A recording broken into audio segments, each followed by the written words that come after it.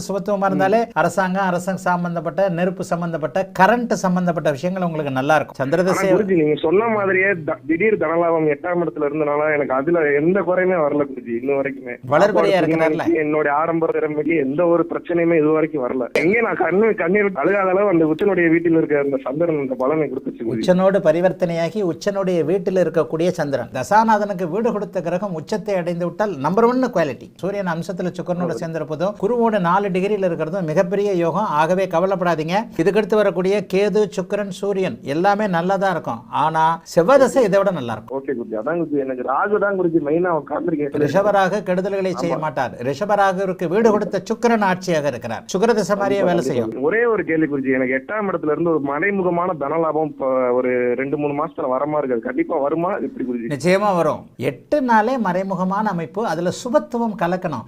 இதே அவர் தேய்பிரையா இருந்தா நஷ்டத்தை கொடுப்பார். ஆனா இன்னும் ஒன்று சொல்கிறேன், எல்லாத்தையும் விட்டுட்டு ஒன்று சொல்கிறேன், 6-8ன்னு வந்துட்டாலே நீங்களே கிரிமினல்.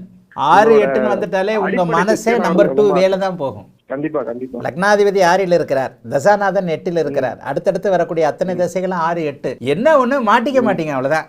அது உண்மைதான் குருஜி. நீங்க அந்த பாருங்க, எனக்கு வெட்டு 1 தொண்டு 2 தான் ப்ரெடிக்ஷன் சொல்ல தெரியும். நீங்க நம்பர் 2 வேலை தான் இன்ட்ரெஸ்ட் காட்டுவீங்க.